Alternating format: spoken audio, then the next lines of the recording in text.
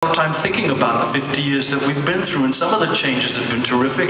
Some, like this one I'm going to mention now, are not really my favorite changes. What's happened is, artists that come through, new artists that come through, aren't nurtured the way we were.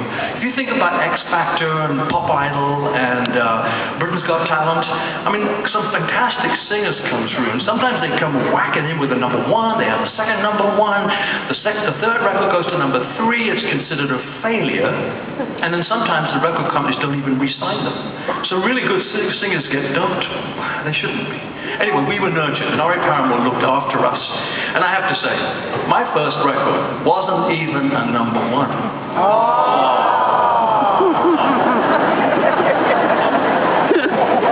Well, if we're going to get it for the sympathy vote, Bruce and Hank, take note. The second record only got to 7. Tragic, isn't it? It is tragic.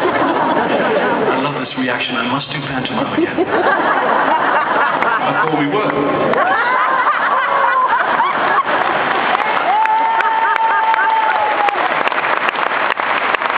What I was getting to was that I had to release 5 singles before I had my first #1, but it was worth the wait.